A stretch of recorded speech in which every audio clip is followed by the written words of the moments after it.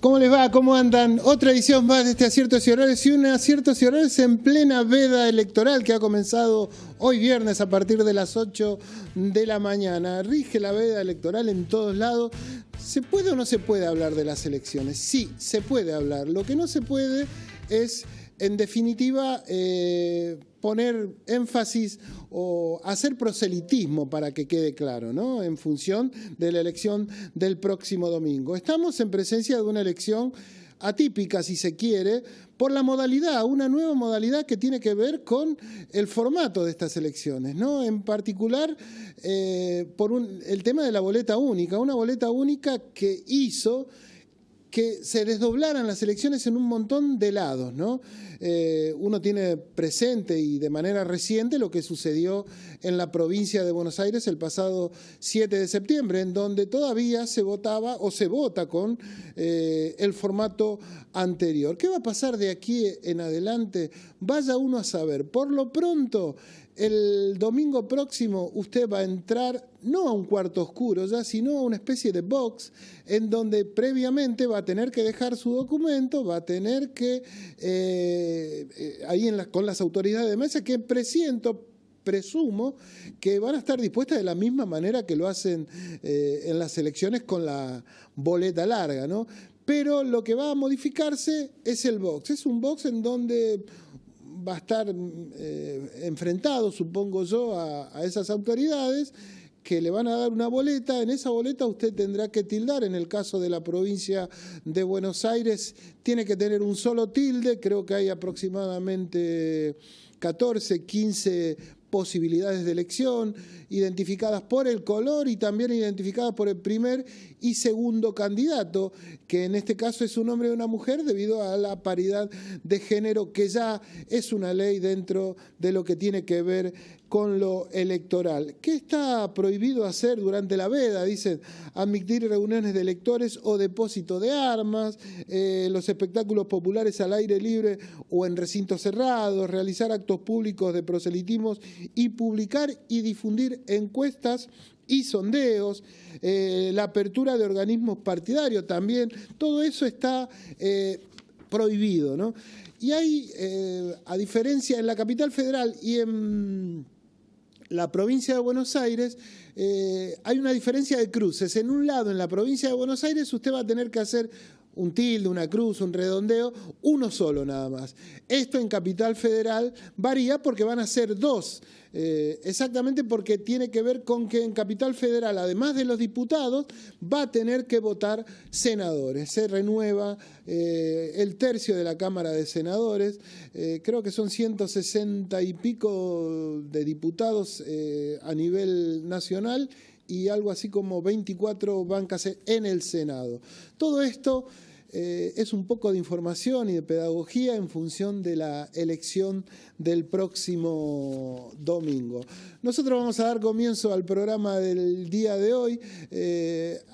Seguimos laburando nosotros de manera habitual con la temática de la región, ¿no? Hay inauguraciones en lo que tiene que ver con 3 de febrero, particularmente con una firma conocida, y ahí estuvimos nosotros, gracias a la gente esta de Montaño, por el presente, ¿no?, que nos dio a los periodistas tras la convocatoria. Vemos la nota de lo que sucedía en 3 de febrero y damos comienzo a los aciertos y errores del día de hoy. Nos llena de orgullo que Montañe haya decidido instalarse acá en Ciudadela, en un edificio que desde que yo soy intendente estaba abandonado, que fue de Telefónica, y obviamente un edificio abandonado siempre es fuente de marginalidad, ¿no? Desde gente que tira basura, bueno, problemas en el barrio. Y hoy tenemos esta gran empresa que además es líder en todo lo que es ropa de outdoors y montaña, entre otras cosas. Urbana, ¿no? También. Urbana también, porque viene creciendo muy bien. Y se instala acá no solamente con este outlet que hoy vamos a visitar, sino también con parte del proceso de fabricación, con la administración. O sea, va a crecer en 3 de febrero con muchas de sus actividades, no solamente con la venta minorista o este local tan importante en esta esquina. Y además acabaron de abrir allá en Buchar y Alvear, prestigiando una esquina clave de entrada a Casero. Y esto estimo que es producto de de que somos proactivos en 3 de febrero, de que tenemos una política municipal atractiva para el que invierte, con las bajas tasas, con las facilidades, con la habilitación gratis. De hecho, creo que le hemos traído la habilitación, ¿no? Y bueno, eso hace que empresas importantes inviertan, nos permitan mejorar los barrios, porque acá la idea es que todo el barrio crezca de la mano de esta inversión y también, por supuesto, generar más laburo. Así que nos llena de orgullo ver, como ya pasó antes, con marcas más pequeñas o más grandes como Mercado Libre, ahora Montañe, que están llegando a 3 de febrero. Bueno, hoy inaugurando este nuevo local, como bien dijo el intendente, ya inauguramos hace un par de meses en Buchar, así que nada, un local de 480 metros cuadrados. Apostamos a esta provincia, apostamos a esta localidad y nada, seguimos en un plan de expansión bastante importante. ¿Qué expectativa te genera 3 de febrero puntualmente? En principio las condiciones que nos dieron para montar acá el local, tanto el local comercial como la fábrica, así que creo que vos lo vas a saber explicar mucho mejor, o ya lo dijiste, así que... ¿Acá qué otro proceso van a hacer además de este local? Tenemos pensado montar toda la fábrica, no en la totalidad, pero un 80%. ¿Cuántos puestos de trabajo más o menos se van a generar? Y aproximadamente 390 puestos de trabajo. Y creo que el barrio se va a potenciar con todo esto, probablemente a futuro se arme un polo comercial acá. Ojalá, qué lindo sería. Entendemos que va a funcionar así. Me acuerdo cuando hicimos allá todo el borde del cementerio, en aquella esquina era basura permanente, no prendían fuego, hicimos todo el sendero en el entorno, pusimos luces, bueno, y acá también se muestra cómo el sector público y el privado trabajan juntos, porque este barrio no va a terminar de mejorar hasta tanto no tenga una dinámica positiva, comercial, económica, este edificio. Bueno, ahora la tiene. El aporte de ellos es acá la dinámica comercial y también creo que va a haber para los vecinos del barrio por un tiempo un descuento extra, sí. Que eso que está bueno para que los vecinos del barrio tengan la posibilidad de acceder a los productos en una mejor condición, además como un mimo al barrio donde la empresa se está asentando, ¿no? Continuamos con este aciertos y errores del día de hoy que tiene que ver un poco con el laburo que nosotros hacemos de manera regional. También hay un chiporroteo, si se puede decir. Ya me acompaña, ya lo tenemos en el piso a Federico Trofelli, colega, periodista del diario Tiempo Argentino. Con él vamos a hablar un poquito de toda la temática no solo regional, sino también electoral, con vistas al domingo. Y empieza a sonar algo en Morón que tuvo eclosión esta semana, ¿no? Más allá de que también mañana creo que va a ser el día de un músico, nombraron el día del músico en Morón. Pero previo a eso, hay una discusión en función del secretario. ¿Es secretario de gobierno eso? No, Tengo entendido que sí, exactamente, secretario de Legal y Técnica. No, creo que es de gobierno. Sí. Era un puesto, estamos hablando de Hernán Sabatella, ¿no? Por una situación personal, una situación de índole de índole privado que se suma también a un episodio similar que le había violencia ocurrido de género, ¿no? Violencia de hace género. Unos meses atrás que por lo menos había trascendido, ¿no? Aparentemente, no aparentemente, sino con certeza la pareja del hombre la denunció.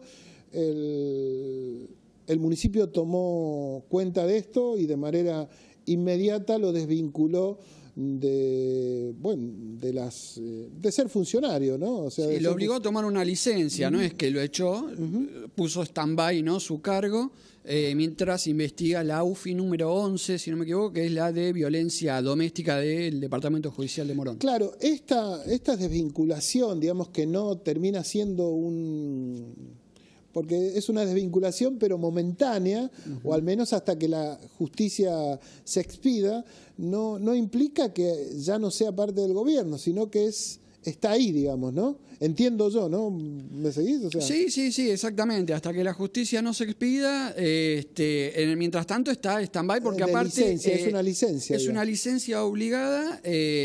O sea, obviamente el Ejecutivo es quien adopta esa decisión y Lucas Gui, el intendente, dijo que por el momento no va a haber un reemplazo. Claro. A ver, ¿qué es lo que sucedió a partir de esta licencia pedida por parte del Ejecutivo de Morón a Hernán Sabatella? El hermano, Martín Sabatella, o al menos, sí, hombre de Nuevo Encuentro, que mantiene una disputa, si se quiere, personal, digamos, política, con el propio intendente, a quien ya hace un par de meses había desvinculado a gran parte de gente vinculada a Martín Sabatella del municipio, salió con un fuerte comunicado en donde dice que lo protege, el intendente protege al hermano, digamos, ¿no? Eso es llamativo. Esto está sucediendo también, ¿no? En medio de todo esto no tiene que ver con lo electoral, sino que tiene que ver con una comidilla política para el adentro, ¿no? El comunicado nos llegó a todos los periodistas por parte de las huestes de Nuevo Encuentro, en particular de Martín Sabatella, ¿no? Exactamente, sí. La actual concejal, Cintia Frías, quien era funcionaria del municipio de Morón, que fue una de las echadas también, se encargaba del área de géneros justamente del distrito y bueno, expresó que al funcionario acusado de violencia de género se le dieron mayores atribuciones para que se vengara de quienes lo denunciamos. Esto es oportunamente por otra denuncia previa que tenía, que quedó archivada, quedó en la nada, también hay que decirlo. Ahora está, por lo menos está en plena investigación y es de su propia pareja, su actual pareja, con quien tuvo un bebé o una bebé, no lo sé, pero bueno, es quien está denunciando por violencia de género a... La violencia de género se ha puesto muy de moda, lamentablemente, por estos tiempos. De hecho, en el transcurso de estos 2 días, una ex integrante del conocido grupo Bandana, todavía está ahí la justicia investigando y ha detenido a su pareja particularmente. Pero esto es el laburo que nosotros hacemos habitualmente y que tiene que ver con los municipios. Lo que decía era que había nombrado, creo, a un músico... Milo J, creo Milo que J, ¿no? Uh-huh. Milo J, en el día de mañana va a haber creo que el 25 de junio va a ser estipulado como el Día de la Música dentro del distrito de Morón, que está relacionado con este joven músico talentoso, por cierto. Y que es el sponsor del Deportivo Morón. Claro. Es el que hoy en día está financiando al club. Mirá vos, ¿no? Sí. La verdad que, bueno, y aparte... Eso es querer, ¿no? Digo, el terruño. La verdad que sí. La verdad que aparte, con una convocatoria de la hostia que tiene este pibe, yo la verdad que no es la música que consumo, no sé si será tu caso, pero tiene muchos Por seguidores. una cuestión generacional ya no entramos, ¿no? Nosotros hemos festejado el cumpleaños de Charly García en el día de ayer, digamos, ¿no? Claro. Me parece que por ahí va el lado. Se me cayó el DNI, me dicen, de la producción y no tengo ninguna vergüenza en admitirlo. Bueno, vamos a meternos con lo que tiene que ver con lo electoral, de lo cual no se puede hablar porque estamos en plena veda, o no es que no se pueda hablar, sino de la temática en función de eso. Y veía que hay un montón de situaciones que la veda provoca, ¿no? O sea que no se puede... A ver, mira... No se puede. La venta de bebidas alcohólicas durante el periodo de veda constituye una infracción más grave. Las multas, por otro lado, van de 10.000 hasta 100.000 pesos para aquellas personas que desobedezcan este tipo de restricciones, ¿no? ¿Sabe la gente de todo esto? ¿Vos qué pensabas? No. Creo que no la tienen muy en cuenta. Incluso, por ejemplo, la gente que no va a votar, que en teoría te cobran una multa y demás, tampoco, es muy tenido en cuenta, ¿no? Tampoco creo que haya un registro de... yo porque conozco gente que no ha ido a votar y creo que no le ha pasado nada. No pasa nada. No pasa nada, ¿no? No pasa nada. O sea... ¿Por qué existe? ¿Por qué crees que hay tanta insistencia en que la gente vaya a votar, digamos? De todos lados yo veo eso, ¿no? Y más en estas elecciones en donde se viene dando una ausencia importante, que incluso para mí es vital para el resultado, ¿no? Esa ausencia. Creo que si la gente hubiera ido a votar como la va en cualquier elección que se precie, que Argentina se caracterizaba por un alto porcentaje, más allá de ser obligatorio, pero digo un alto porcentaje, 70 y pico, a veces 80, y ahora estamos arañando 60, ¿no? Y bueno, y esa, por ejemplo, en algunas provincias, pero particularmente en la provincia de Buenos Aires, fue clave. Esa ausencia que los analistas le achacan que eso hirió más, si se quiere, a la Libertad Avanza que al peronismo, ¿no? Digo, en cuanto a las ausencias. Las ausencias de la gente que fue a votar, ¿no es cierto? Exacto. Bueno, esto es medio según cómo se lo mire o cómo se lo observa, y quizás haya que hacer foco en la estrategia de campaña que han tenido los actores, ¿no? Me parece que quedó claro que el propio presidente estuvo muy focalizado en su estrategia, en los anuncios y en su impronta a conservar el núcleo duro, si se quiere, del voto de Javier Milei, ¿no? Conservar el núcleo duro, pero también bajó bastantes cambios, trata de no pelearse por lo menos gratis con nadie, de no insultar, eso también, ¿no? Se notó ese cambio.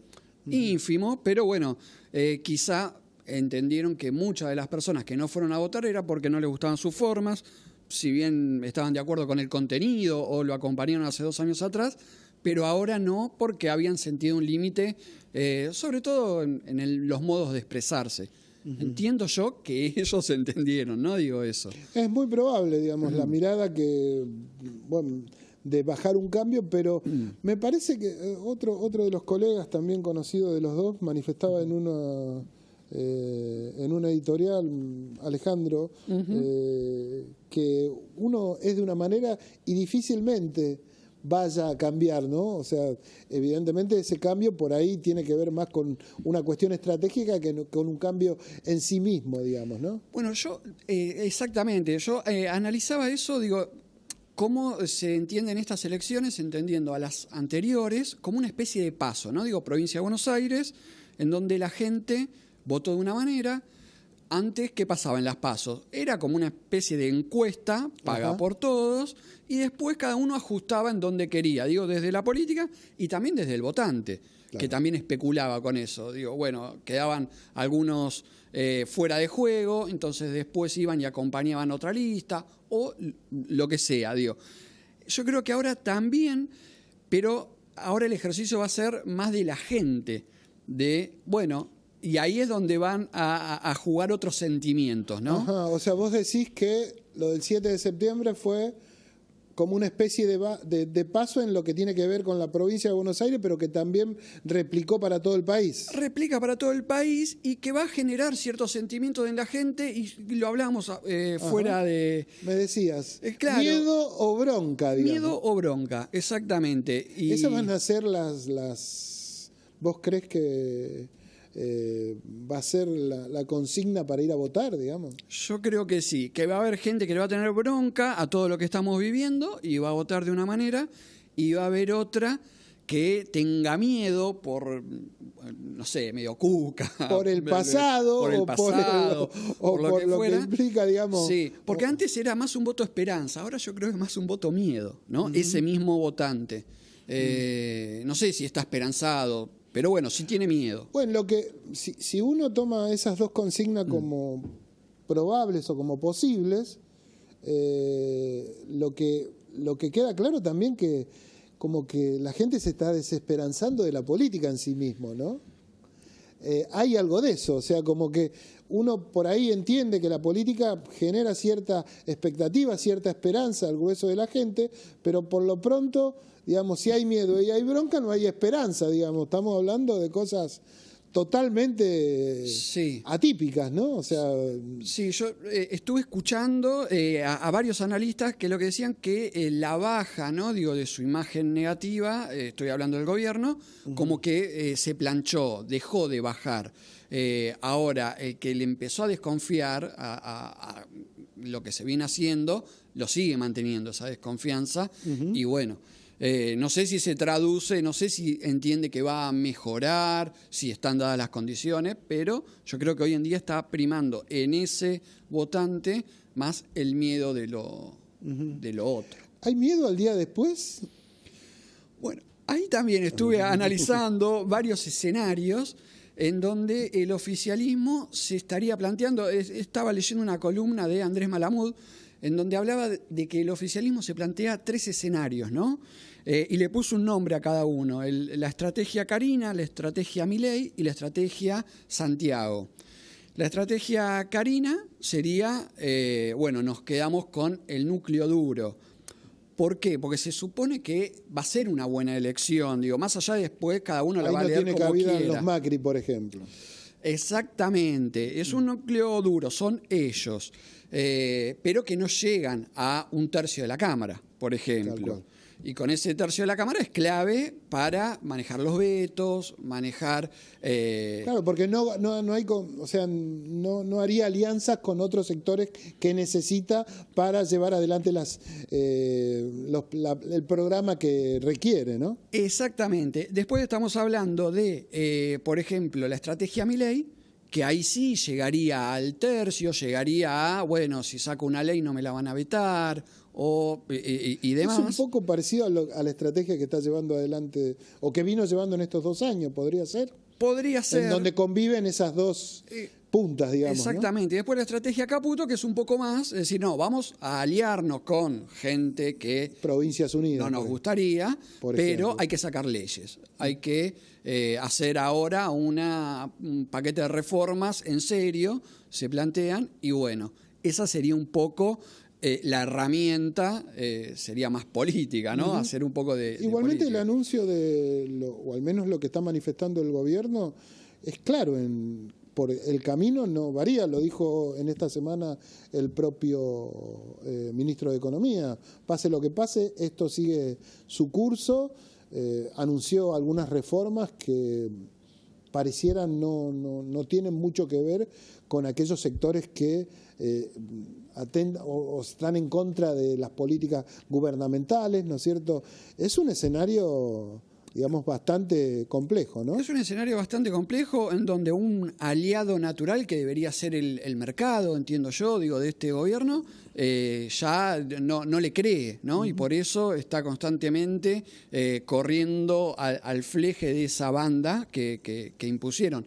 Ahora, lo cierto también es que desde el norte, porque hoy aparentemente desde el norte es donde nos bajan un poco de ordenamiento de línea, están también haciendo acuerdos con provincias y demás, haciendo un trabajo que no hizo el gobierno, ¿no? De hecho, todavía hay una comitiva que va a estar hasta mañana, creo que se regresa, ¿no? Exactamente, y el mercado lo que quiere, creo yo, son ese tipo de acuerdos políticos que desde el norte hoy en día estarían buscando. Tal vez el mercado no sea todo, ¿no? Porque me parece que eso también tiene que ver. Y hablamos pura y exclusivamente de la parte gubernamental y oficialismo.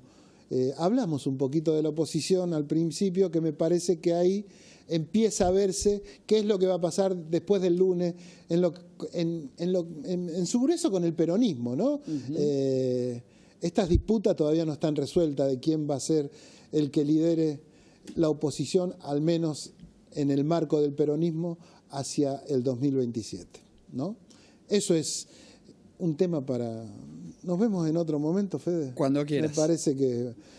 y bueno, y le agradecemos a nuestro colega que no vino hoy, que confluía en una mesa de distintas opiniones. Vamos a una pausa y continuamos con el aciertos y errores del día de hoy.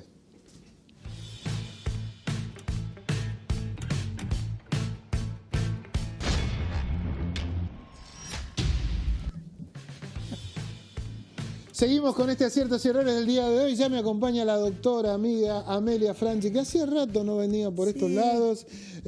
Así que volvió. ¿Cómo vas?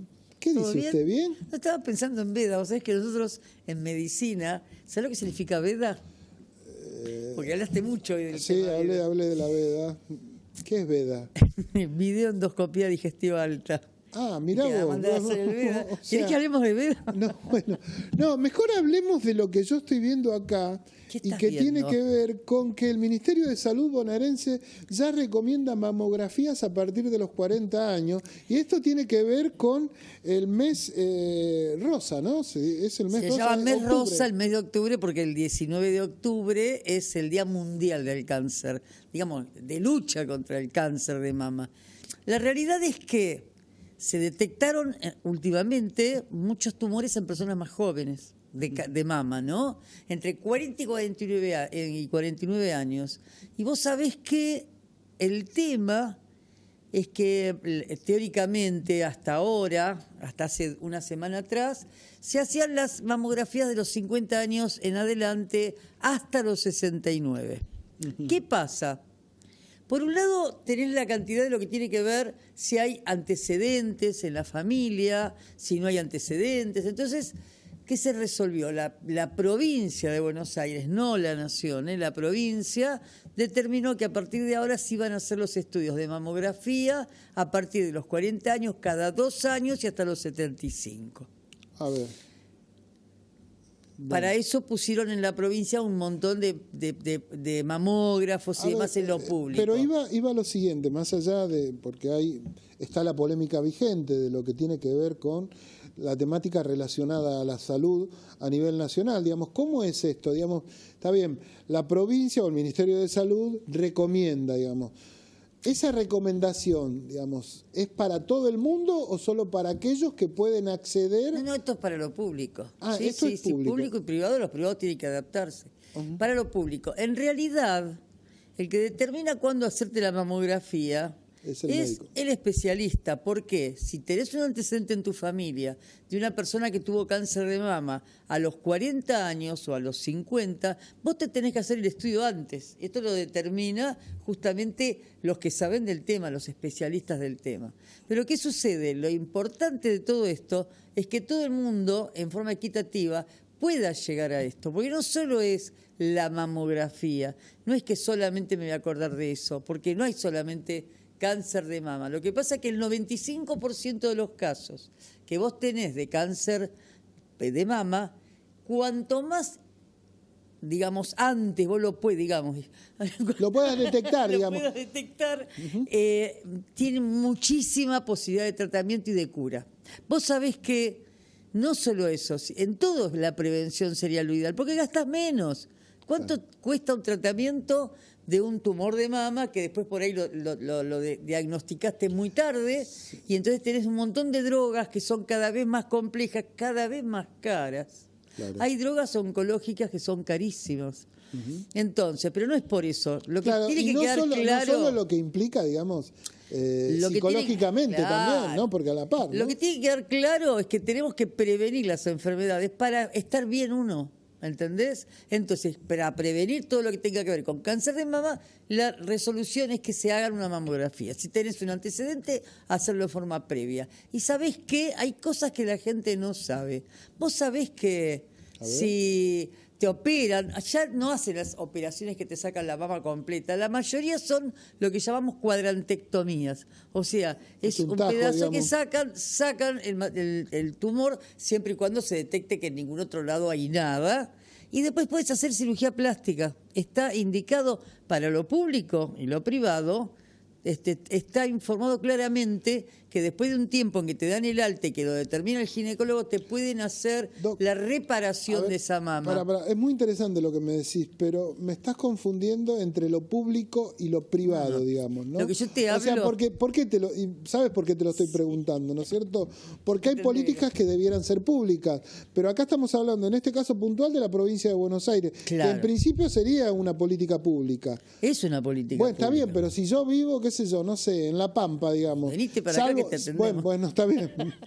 Pero no tengo plata No, para el está pasaje, bien. digo, a lo que voy. No A es ni- una política no, a a nivel... nivel nación está la política pública que te debes hacer, lo que es digamos, todo lo que se dice es a partir de los 50 hasta los 69. Pero eso lo determina también el médico. Muchos médicos lo hacen antes, sin estar o no estar en la provincia de Buenos Aires. Ante la detención... Te voy a contar algo, sí, a ver. ¿puedo? Vos Sí. sabés que hay algunos países que están en discusión con esto de la mamografía. ¿Por qué? Por ejemplo, Francia.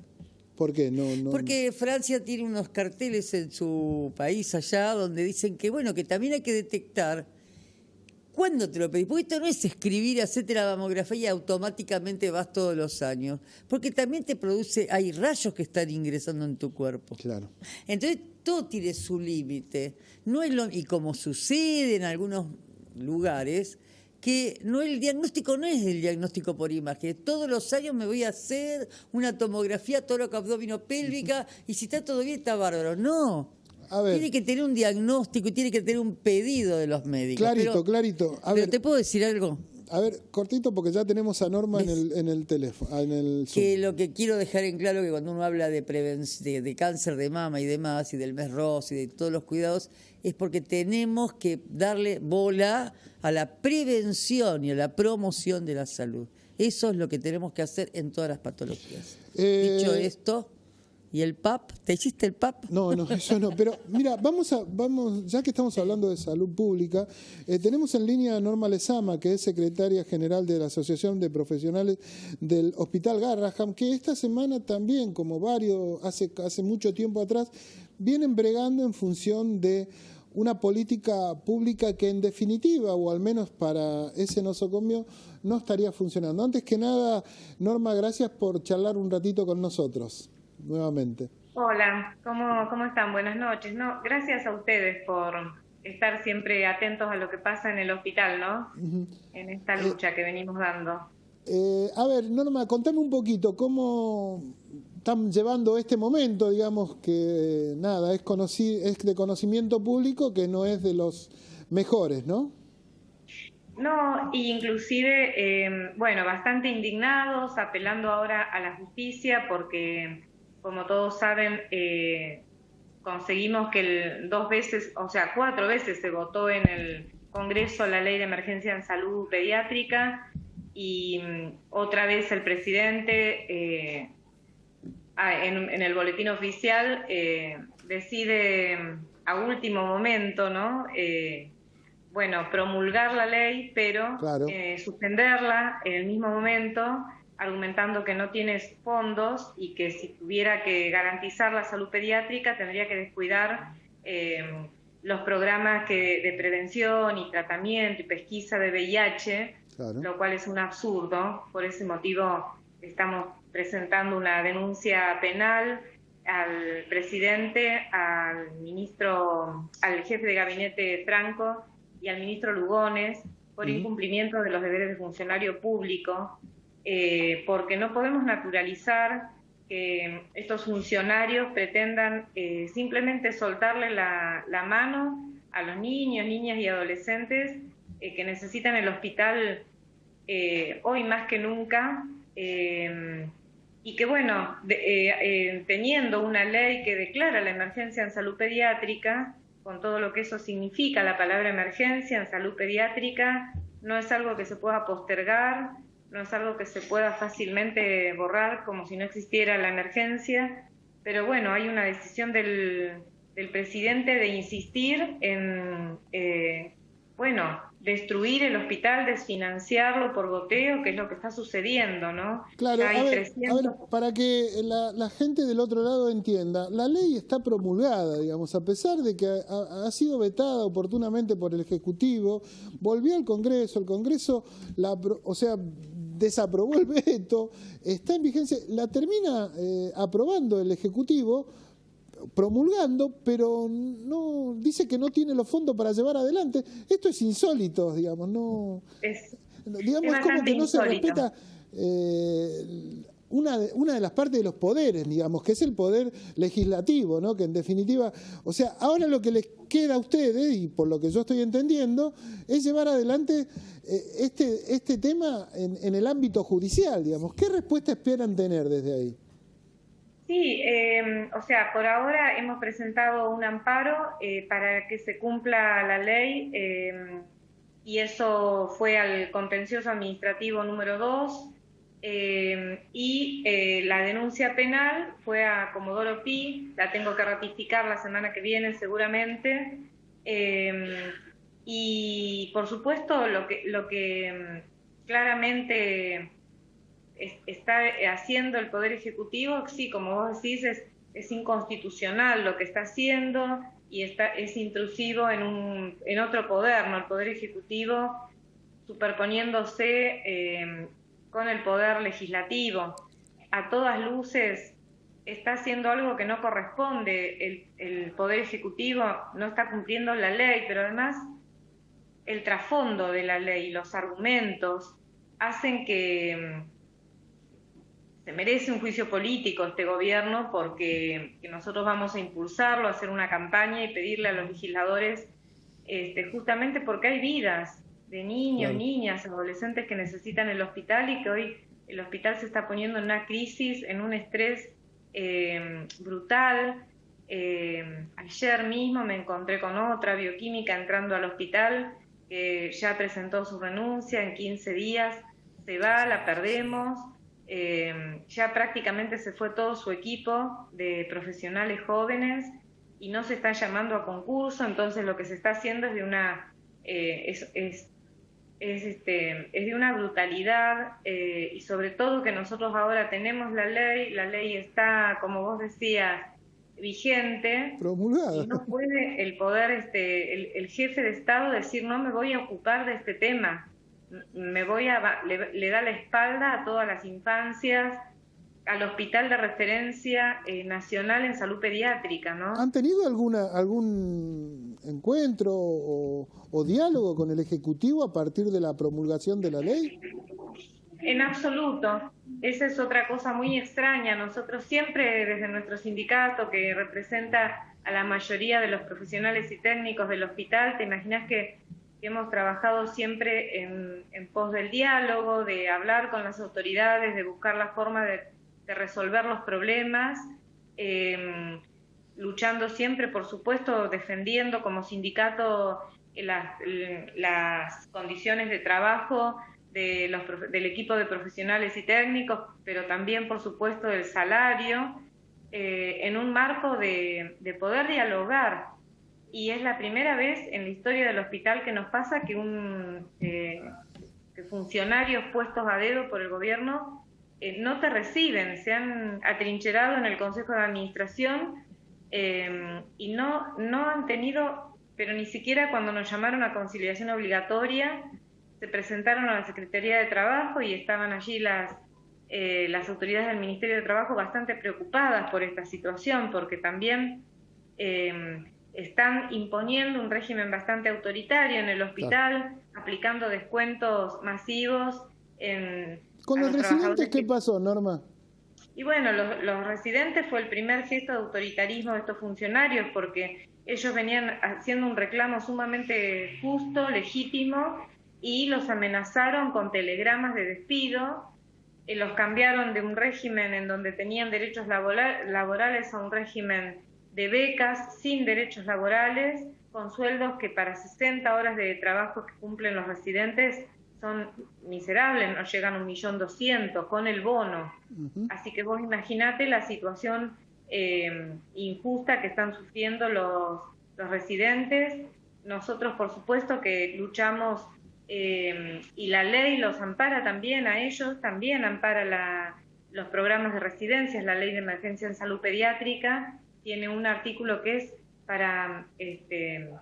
es contra la resolución unilateral del ministro Lugones, ¿no? Que resolvió por encima de la COFESA, de manera unilateral, someter a los residentes a esta situación de precarización laboral, ¿no? Mira, el escenario es bastante patético para calificarlo de alguna manera. Acá estoy con la doctora Franchi, Amelia, que me comentaba fuera de cámara que el gobierno, a través de algunas instituciones, está incentivando como una movida así antivacuna dentro del Congreso, ¿no? No, va a haber una jornada. ¿Cómo te va? ¿Cómo estás?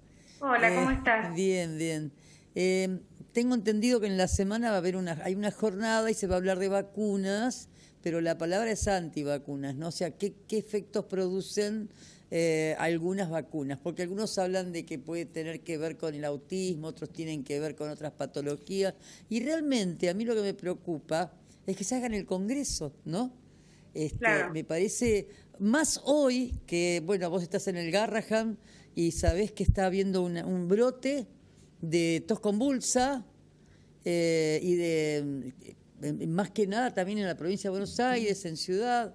Entonces digo yo, ¿se trata eso con las vacunas? No, tal cual. Claro. Pero bueno, Norma, nada, no queríamos dejar pasar, charlar un ratito con vos en función de la problemática que están sufriendo hace mucho tiempo y pareciera que no tiene una resolución inmediata. Y lamentablemente uno no es optimista. No sé, en el caso de ustedes, ya cerrame la nota como quieras vos. Claro, es algo que juegan, ¿no es cierto? El gobierno juega al desgaste, que nos desmoralicemos todos y pensamos que las cosas a partir de ahora van a ser así. Nosotros ahora después del 26, que es una fecha importante en donde seguramente el gobierno va a recibir una sanción social fuerte, tenemos la intención de organizarnos, volver a articular, ¿no?, con los colectivos de discapacidad, con el movimiento universitario, y desde Tierra del Fuego hasta Jujuy, junto a las familias que se están federalizando. Las familias, es muy importante el sostén familiar sobre el Garrahan. Articular para generar un gran paro nacional, que también se lo estamos reclamando a la Central Obrera, ¿no?, la Central de Trabajadores. ¿Qué más nos tiene que pasar para que llamen un paro nacional? Pero si no lo hacen ellos, nosotros estamos firmes en seguir defendiendo el hospital, las infancias, el financiamiento universitario y sobre todo las familias que tienen personas con discapacidad, que necesitan todo el sostén que venía garantizando el Estado con mayor o menor dificultad, pero lo que no puede hacer un Estado es abandonar y desentenderse de lo que son las emergencias en salud. Tal cual. Creo que es un gobierno distinto que requiere de todos nosotros una respuesta diferente también. Lejos de desmoralizarnos, tenemos que tomar en nuestras manos una lucha que debería estar siendo tomada por la Central de Trabajadores y que no lo están haciendo, ¿no? Tal cual. Norma, te agradezco mucho tu presencia acá, como siempre, y contá con nosotros para todo lo que sea necesario. Mucha suerte en esta lucha. Suerte. Amelia. Te quería comentar que esto pasa en todos los hospitales, ¿no? Estamos en una situación caótica y lo que está pasando es que va a haber un éxodo. Está habiendo un éxodo de profesionales. Lamentablemente. Amelia, gracias, No. Bueno, vote bien el domingo. Nos vemos. Estamos de ver, ¿cómo es la cosa al final? Bueno, No sé. vote bien. Nos vamos y nos metemos en el último bloque. Nos vamos a la tanda y nos metemos en el último bloque de este aciertos y errores del día de hoy.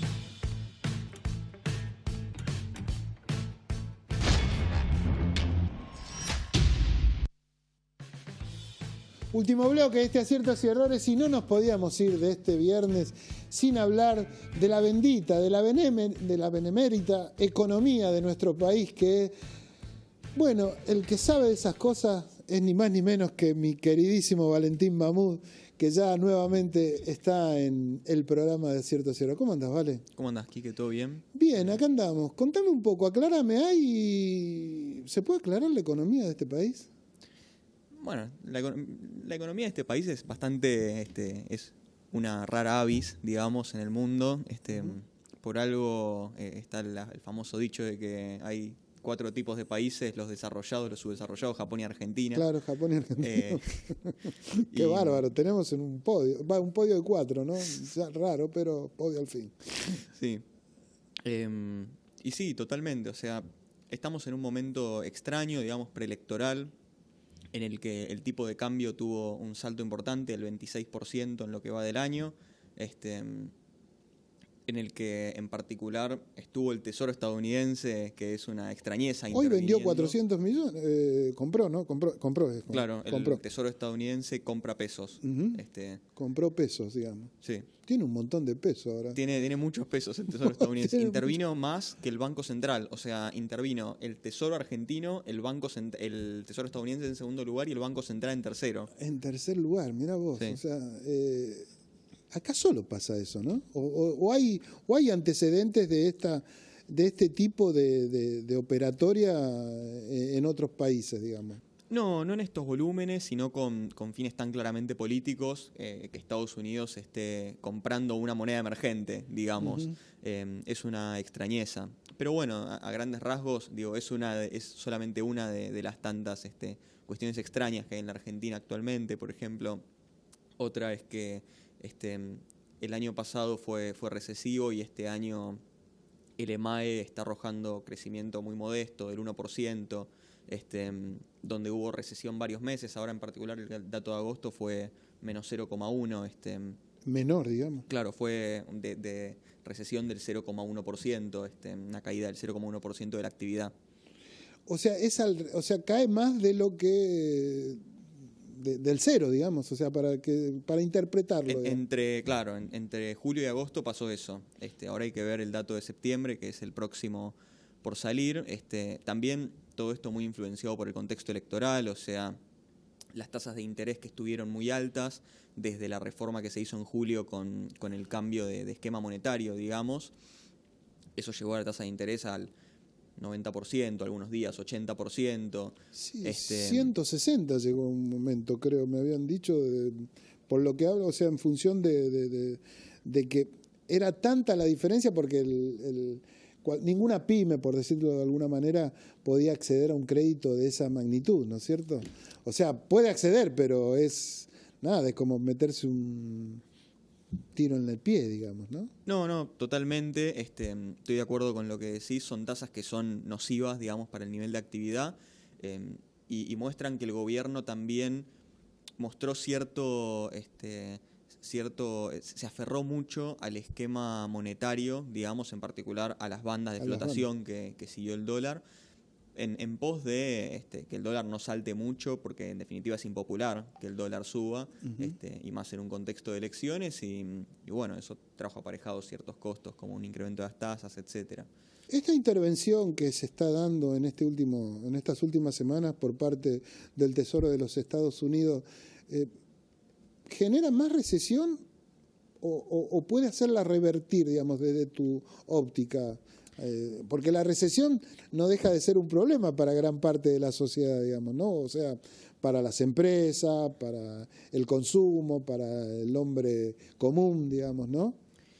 Bueno, a ver, o sea, hay dos efectos. Por un lado, el hecho de que el Tesoro esté interviniendo lo que hace es bajar, digamos, el tipo de cambio, o sea, mantiene el dólar en una franja de ahora los 1.400, 1.500 pesos, debajo de la banda, digamos, lo cual es positivo, si querés, para el consumo, porque mantiene baratos algunos bienes cuyos precios están dolarizados, pero por otro lado es negativo para la producción, por ejemplo, o para la inversión, porque tenés sectores, bueno, como el campo, que tuvo este cupo para la soja al que accedieron pocas exportadoras, pero que en definitiva sigue bastante vapuleado por la política cambiaria, las retenciones, el sector industrial, que a este tipo de cambio no es tan competitivo. ¿No?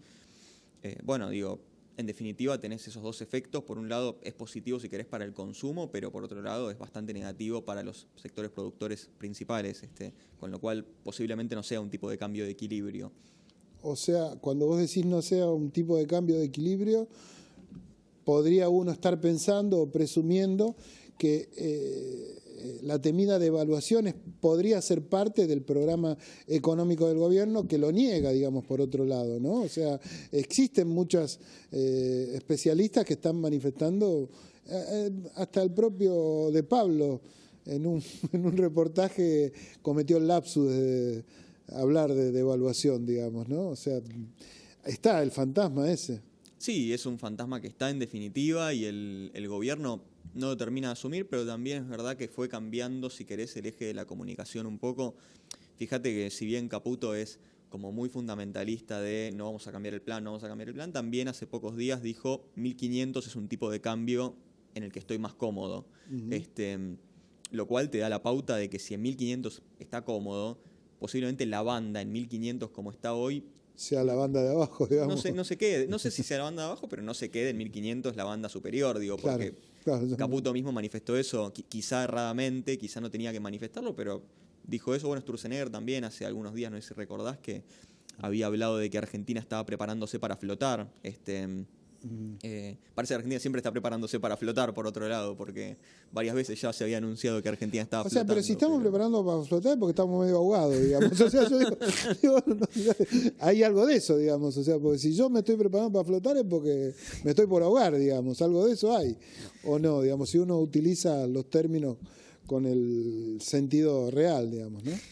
Bueno, o sea, más allá del comentario jocoso, Argentina tiene un historial desde el 2018 para acá de un tipo se patinaron muchas reservas, si querés, tanto del Banco Central como de compras que había hecho previamente el Tesoro, como del Tesoro de Estados Unidos, en pos de mantener un esquema monetario que posiblemente no es el correcto, y que yo creo que el gobierno también es consciente de que está moviéndose en un esquema que le tiene el cinturón muy apretado, digamos, para varios sectores de la economía, y eso se manifiesta en el indicador de actividad económica, en el EMAE, como te decía hace un rato. Con lo cual, sí, o sea, te podría decir eso, el gobierno quizá está viendo también los errores que tuvo en política cambiaria, monetaria en el último año, los últimos en realidad 6 meses, y yo creo que postelectoralmente tiene que haber un cambio. Ahí está, chiquitito, en menos de un minuto. ¿Depende del resultado electoral del domingo el plan económico? En parte yo creo que sí. En parte yo creo que un resultado más favorecedor para el gobierno puede mantener un poco mejor el esquema de bandas, por ejemplo, si fuera un resultado muy bueno, y en cambio un resultado muy malo para el gobierno puede operar mal sobre los precios de los activos argentinos, sobre el precio del tipo de cambio. En definitiva, sí, creo que tiene un impacto. También creo que las expectativas, desde el 7 de septiembre fue las elecciones en provincia de Buenos Aires. Bueno, del 7 de septiembre para acá vienen siendo apuntando a que el gobierno tenga un resultado más bien mediocre en esta elección. Entonces, tampoco sé cuánto más puede ser el efecto postelectoral. Vale, te agradezco mucho. Bueno, vamos a seguir hablando después de esto. Yo tengo mis dudas en función del resultado del domingo de la intervención del Tesoro de Estados Unidos. ¿Cómo seguirá, digamos, no? Vaya uno a saber. Gracias, como siempre, y muy claro los conceptos, señor. Nosotros nos vamos, no sin antes desearle un buen fin de semana. Y bueno, vayan a votar, que en definitiva la democracia, a pesar de sus inconvenientes, es lo único que nos quizás genera una expectativa de optimismo hacia futuro. Han sido muy amables por estar del otro lado.